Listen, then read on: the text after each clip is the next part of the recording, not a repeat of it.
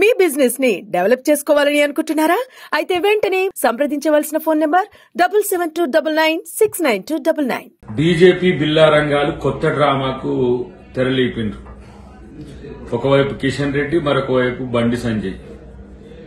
రాహుల్ గాంధీ కులం అంటూ, లేదంటే రేవంత్ రెడ్డి అభివృద్ధి అంటూ ఈ రెండు అంశాలు తెర మీదకి తెచ్చి ఇప్పుడున్న ఎమ్మెల్సీ ఎన్నికల్లో రాజకీయ లబ్ది కోసం ఎప్పుడు కూడా పొలిటికల్ డ్రామాలు వేయడం అనేది పరిపాటే.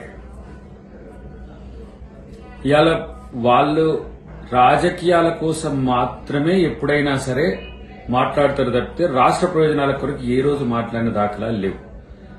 వీళ్ళని ఢిల్లీలో డైరెక్టర్లు ఎవరు లేరు, తెలంగాణలో వస్తారు. ఇక పరమానంద శిష్యుల్లాగా ఓ కయ్య మొత్తుకుంటా ఉంటారు. ఒక్క రూపాయి మీ వల్ల ఏమైనా లాభం ఉన్నది నాయన మీకు ఈ రాష్ట్రానికి సంబంధించి. కానీ 3 ఎమ్మెల్సీలు మేమే గెలుస్తామని చెప్పడానికి ఢాకా బజాయించే ఒక ఎత్తుగడ పెట్టుకున్నారు. ఇలా రాహుల్ గాంధీ కులం ఏందో తెలియని పరిస్థితిలో మీరున్నారంటే మీ రాజకీయ దివాలా కోరుతనానికి ఇదొక్కటే ఉదాహరణ. రెండవది, రేవంత్ రెడ్డి అసలు అభివృద్ధి చేస్తలేడు, మాటలు చెప్తున్నాడు అనే రెండో మాట. కిషన్ రెడ్డి కేసీఆర్ ను మైమర్పించేలా మాట్లాడుతున్న తీరు మనం గమనించాల్సిన అవసరం ఉంది. ఇవన్నీ కూడా ఎన్నికల వేషగాళ్ళు వీళ్ళిద్దరు. రాష్ట్రానికి 2 మంత్రులు ఉండి ఏమాత్రం పనికిరాని మంత్రులుగా ఉన్నారు.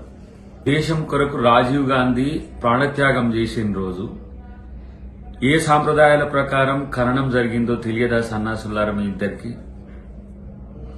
కనీసం ఈ దేశం కొరకు త్యాగం చేసిన నెహ్రూ కుటుంబం మీద బురద జల్లి అవమానపరిచే విధంగా, కించపరిచే విధంగా మాట్లాడితే ఈరోజు మిమ్మల్ని ఎవరు క్షమిస్తారనుకుంటున్నారు? ఎన్నికల కోసం వెళ్ళిండ్రు మంచిగా, ఏంది ఎల్లయ్య మల్లయ్య వెళ్ళినట్టు వెళ్ళి ఇక ఈసారి ఆ 3 ఇట్లలో గెలిస్తే మేము తెలంగాణలో అధికారంలోకి వస్తామని చెప్పుకుంటానికి తప్పితే మీకు కొత్త పలుకులు ఏమున్నాయి? ఇలా గద్దర్ని మాట్లాడినప్పుడు గద్దర్ మీద ఆయన నక్సలైట్ అంటాడు బండి సంజయ్, గద్దర్కి ఎట్లు ఇస్తామంటాడు. కానీ ఇదే రామానుజ స్వామి దగ్గరికి పోయి హిందూ సాంప్రదాయాల ప్రకారం పాట పాడింది ఆయన కనబడదు. అట్లనే ఈ దేశానికి స్వాతంత్రం తెచ్చిన పార్టీ పట్ల మీరు ఇలాంటి దిగజారుడు రాజకీయాలు చేస్తే మిమ్మల్ని ఎవరు నమ్ముతారు? మీదంతా తల్లి పాలు దాగి రొమ్ము గుద్దిన చందాన మీకు ఏ పునాదుల మీద, ఏ నెహ్రూ పునాదుల మీద, ఏ రాజీవ్ గాంధీ పునాదుల మీద, ఏ ఇందిరా గాంధీ పునాదుల మీద, ఏ కాంగ్రెస్ పునాదుల మీద ఈ దేశం నిర్మించిందో తెలియదా?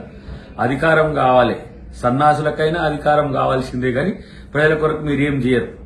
మళ్ళీ కులాల కుంపట్లు, మతాల ఇలా మారణ హోమాలు చేయడానికి సిద్ధంగా ఉన్నారు. కాబట్టి వీళ్ళని చూసి పుసుక్కున వీళ్ళ వైపు ఓట్లేసేయారు తెలంగాణ ప్రజలు.